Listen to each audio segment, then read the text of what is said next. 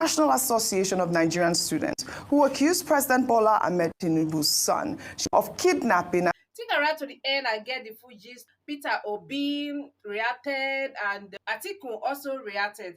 Thank you so much, guys. Let's dive right to the new updates. ATIKU Issa, the factional president of the National Association of Nigerian Students, who accused President Bola Ahmed Tinubu's son, SEYI Tinubu, of kidnapping and torturing him over his refusal to accept a 100 million naira bribe to support President Tinubu, has now released a statement on Facebook apologizing to SEYI Tinubu.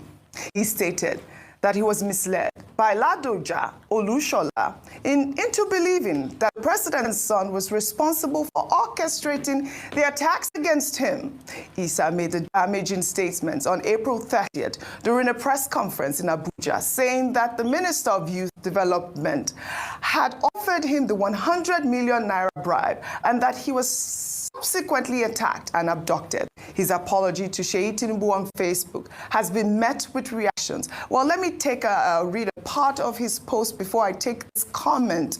Issa wrote on Facebook, allegedly, that it has become imperative to note that the offer of 100 million naira, which was alleged was made to me to support President Tinubu, was clearly untrue, as Ladoja Olushola, who was desperate to get me out of my legitimate position as the duly elected president of the National Association of Nigerian Students, fed me the lies and half-truths for the sole purpose of achieving his selfish agenda of taking over the reins of the student body through the back doors. It was also Ladoja Olushola who warned me that Mr. SEYI Tinubu could order my killing and thereafter instruct the Inspector General of Police, Mr. Kayode Egbetokun, to bury the matter.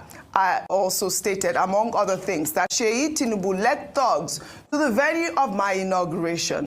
This was very untrue. I made these claims owing to the picture of SEYI Tinubu painted to me by Ladoja Olushola, who swore to me that SEYI was doing everything to ensure I am not alive to serve my tenure as NAN's president. In fact, I later found out that Mr. SEYI was nowhere near the venue. And this is supposed to be coming from Comrade ATIKU Issa on Facebook. Rufai, when I read this statement, I said the statement is incomplete. He did not explain to me as to us as to who actually ordered the beating. Who beat him up? I mean, we need more, from him if, he actually put out the statement. We have covered the story at length. But, we got a statement, I believe, from, the NANS group. And if I can read that statement, it wrote the technical incarceration, intimidation, and victimization of NANS president, ATIKU Issa Abubakar. This comment is coming from, I believe, one of the student bodies. They wrote, despite the recent public outcry about the abduction of Comrade ATIKU Issa Abubakar and the disruption of the inauguration of NAN's executives at Wells Carton Hotel, Asokoro, Abuja, Comrade Issa ATIKU Abubakar has not been seen in public. He has been detained in the hospital and all his means of communication has been confiscated by the Department of State Services, DSS. As I speak with you now, he is still convalescent. I want the general public to disregard any statement of apology purportedly emanating from him, as this is coming from a coerced and subjugated comrade. We will provide updates about the incidents as the events unfold, and we want to implore all Nigerians to speak up at this precarious period of repression. And this statement is from Orowole Eniola Awoyemi, and he is the NANS PRO. Dr. Bati, are you laughing at my English? I did it well, didn't I? My Yoruba. I'm doing well. I can't be sitting with two Ogun. Yes, exactly. Two Ogun greats and not be able to speak Yoruba. But this is really a sad incident, Rufai. We're getting these two reports now, one from the PRO, and then we're getting a Facebook post, not a video, not a comment, not a voice note from Issa. So a couple of things. If you give me some time to chime in on the Herbert Wigwe story also. Oh, go ahead. It was just purely negligence, but I think investigation should be done further that who authorized the aviation team the helicopter team to go ahead, despite the fact that a text message was sent at the altimeter. And you know what the altimeter does in a plane? Shows you altitude. Yes. You cannot fly a helicopter without the altimeter. Yes. It's like leading you to the slaughter slab. That's what I said earlier. So who pushed that aviation company to continue with that flight when the altimeter was bad? Because all of these correspondence were encapsulated in a text message that showed the problem had not been solved. So who pushed them to go ahead? Who made the booking? Who saw to the booking happening? Who instructed that flight to go ahead? Because there is no way an aviation company worth its salt has problems with altimeter that it will not report back to the client and say, this is what we're facing. We cannot fly. And abort mission. But like you also said, America is draconian for very, unsafe activity like that. That's what's been going on lately. That's the case. So yes. let us also know. As regards this case, what is happening, and I want the family to, but apart from even suing, there should also be an investigation. They should be able to get a private investigation, forensic experts to now go through what really transpired. There's more than what meets the eyes in the Herbert Wigwe case. But as regards this case, I mean, it speaks for itself. A man has been bruised. He's in hospital recovering. He put out this message. He said all his phones were with DSS and all of that. All of a sudden, you see a message from him saying otherwise. Then who beat him in the first place? Who beat him? That's today, my own. Who beat this man? We beg Carlton Wells here to please show us the CCTV footage. Let's have a full CCTV footage. We've not been able to see anything for that. I called for, when I was making my, my depositions here, a full independent investigation without the police, without the DSS. Because when you say the DSS are taking this up and all of that, they are already part of this case. I want something devoid of them. I know there are security agencies, but something devoid of them. And now you're seeing a quick rebuttal that, hey, this is intimidation. Somebody could write something through the page, except we have a full-on position from the man that was beating himself. I will not believe any apology I was reading. You see, it just shows high-handedness in this country. We must be able to get to the end of the matter.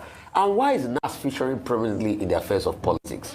That shows that Nigeria is already being bastardized. If you're supposed to be a student union to fight for the rights of bodies, see, if politicians want to do politics in the university level, they should set up APC youth wing in universities, like they do in other parts. They should set up PDP youth wing in universities. So the Conservative Party in England has a youth wing in Oxford. Most of the people that eventually become prime ministers, they were members of the Conservative Party from university days. Let us leave independent associations away from politics because all of this is connected to 2027. So except we have an independently verified case here, apart from the security agencies, they will not move further. But it is sad that now we have brought this heinous politics and dirty policy we play into NANS and student affairs. Unnecessary. That's just it. Well, we want to know who beat Comrade Issa. That really is what it is. And we want to see him in public. We'll take another story now. Finally, supporters of activist Martins Osher, also known as Very Dark Man, are celebrating after the activist was released from the custody of the Economic and Financial Crimes Commission after being held for 5 days. The EFCC said VDM was arrested due to multiple petitions alleging financial crimes and that he had previously failed to honor invitations for questioning. Well, here's the moment. Some protesters who took to the streets to demand for his release heard that he had been released. Let's take a look.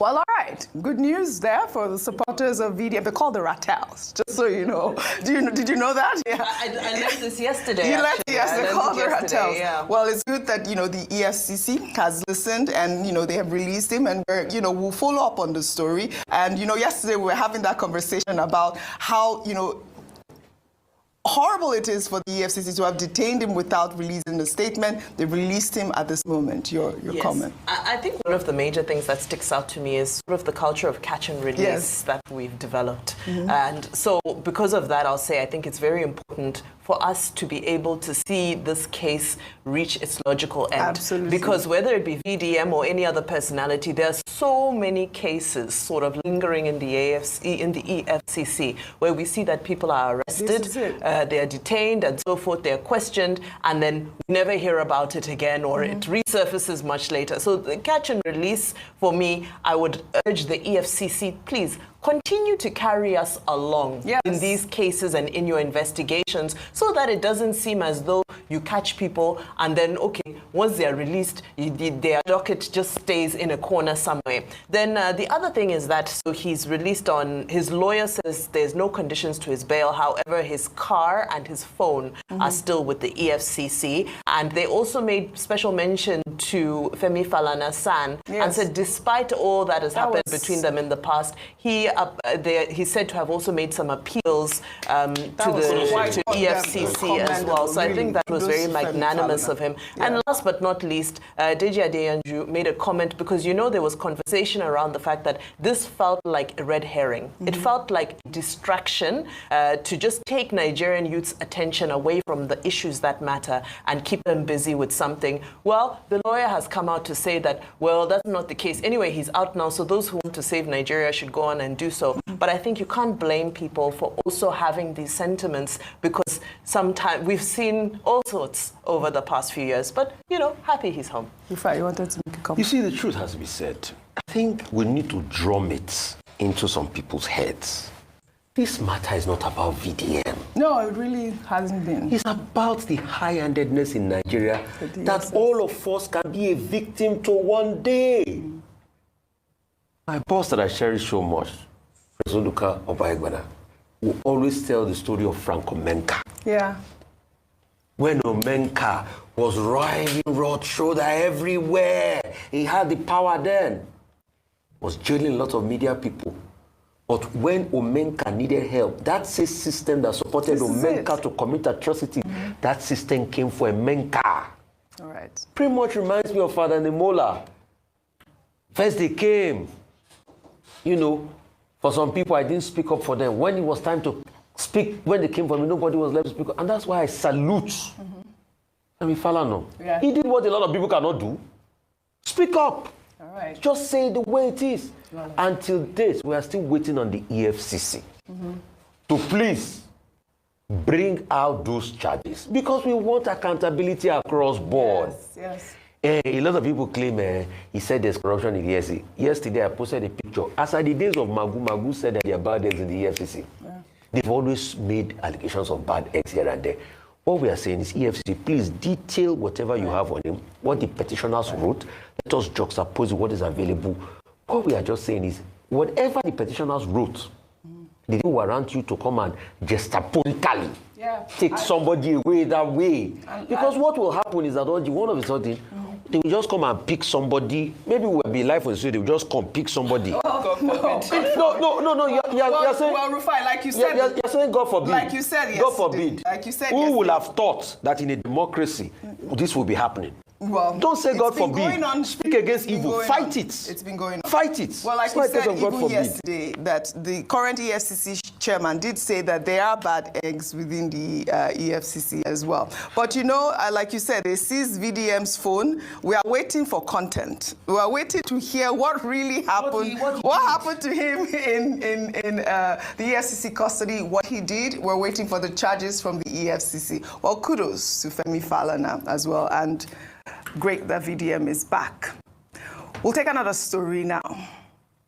The 2023 Labour Party presidential candidate, Peter Obi, has responded to Lagos State Governor Babajide Sanwo-Olu's criticism of his remarks about Nigeria at St. Johns Hopkins University in Baltimore, Maryland. Sanwo-Olu had criticized Peter Obi's remarks about the country's worsening state, arguing that such criticisms tarnished Nigeria's image abroad, while Peter Obi defended his statements during the day of tribute in honor of the late Edwin Clark in Abuja on Wednesday, citing statistics from the World Bank and UNICEF, highlighting the high poverty rate in rural Nigeria and the large number of malnourished children. He also questioned whether speaking the truth constituted demarketing the country. Let's take a look. When Naira was 180 and when it was 1,005, they're not protesting. Are they dead? So when I just say it should not be in vain, I spoke a few days ago and people said I'm demarketing Nigeria. When it's truth being demarketed, World Bank has just shown that 75% of Nigerians in rural areas are poor. Is World Bank demarketing Nigeria?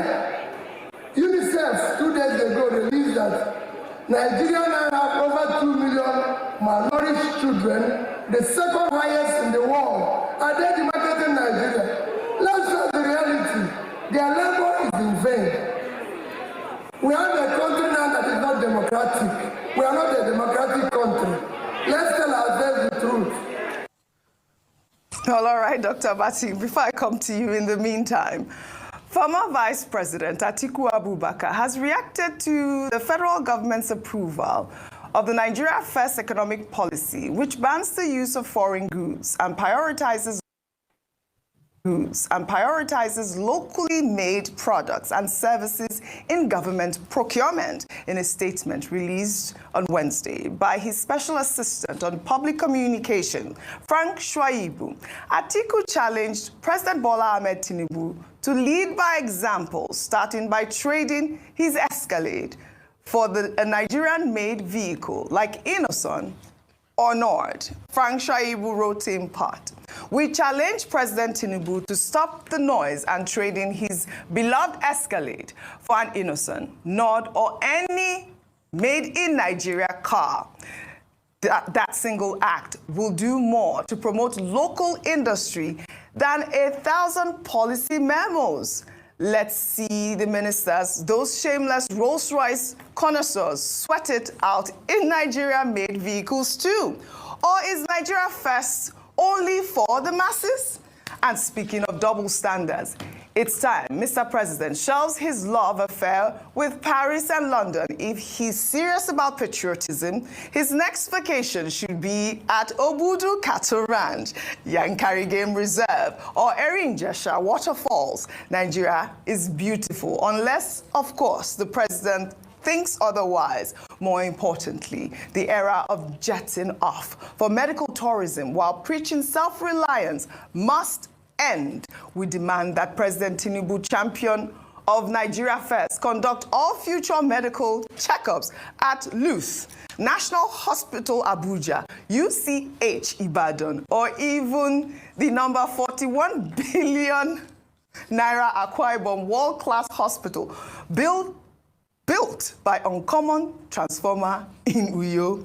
If those hospitals are good enough for ordinary Nigerians, they should be good enough for their commander-in-chief. Anything less is sheer hypocrisy. This government's addiction to foreign luxuries while demanding sacrifice from suffering Nigerians is the height of insincerity. True leadership isn't photo ops or sound bites. It's setting the tone by example. Nigeria deserves real commitment, not this never-ending charade. Frank Shwaibu. You know, I always enjoy Frank Shwaibu's piece. He has a way with words. But most of the things he said in his tweet, we have discussed them at length on this table, Dr. Abati. Nigeria First policy, demarketing Nigeria by Peter Obi. Those two stories. What Waziri Adamawa ATIKU Abubakar said in that statement issued by Frank Shwaibu, I don't think you can argue with anything that you said. Leadership by example. I mean, you can't argue with that. If the president says Nigeria first, let him show the example. That's simply what he's saying. If you want to go on a vacation, go to Obudu Cattle Ranch, go to Yankari Game Reserve. If you need to go to hospital, go to the hospitals in Nigeria. Maybe that will lead to the transformation of those hospitals, you know, some of which have become mortuaries, you know, and the leaders don't want to go there. And then, you know, vehicles. There are local manufacturers of vehicles. Innocent, yeah. yes. Are we supporting Innocent enough? We have 1 or 2 governors that ride Innocent vehicles. Maybe even at the federal government level, we should have that. The Pojo Company of Nigeria, in those days, I think it was the Obasanjo government, in its first coming as military head of state, that said, look, the official car should be Pojo. And that was to help the factory in Kaduna. Yes. And everybody, the biggest car you could ride as a government official was Pojo 505, they call it, right? Okay, later there was 605, there was 405. Okay, yeah. I once used Pojo 504. 504. 504, Okay, yeah. that was the one I used. I had that 504. at the time as official car at the Guardian. So you can't argue with that. Yes. Quickly, Mr. Peter Obi. There's nothing Mr. Peter Obi has said. He went to Johns Hopkins University and he said poverty rate in Nigeria was over 40%. Yes. And that, you know, government must focus on poverty. After he spoke, I think it was the World Bank that came up and said, in fact, rural poverty in Nigeria is over 75%. That's it. Mr. Peter Obi said there are 2 million malnourished children. In fact, UNICEF came and said that Nigeria has the most malnourished children, you know, in terms of the listing in the world. And so, you know, these are facts. Yes. These are truths. Yes, absolutely. And I said at the time you first brought this story that I was surprised that Governor Sanwo-Olu, you know, will be arguing that people should not criticize Nigeria. It's very unusual for him to engage in altercation with any other political figure. But the truth is the truth. And what Mr. Obi said has even been confirmed by World Bank, by IMF, by UNICEF. Right. So where is his offense? Well, where is his offense? We must always speak truth to power. I wish you had time for our good news report. I'll bring that tomorrow.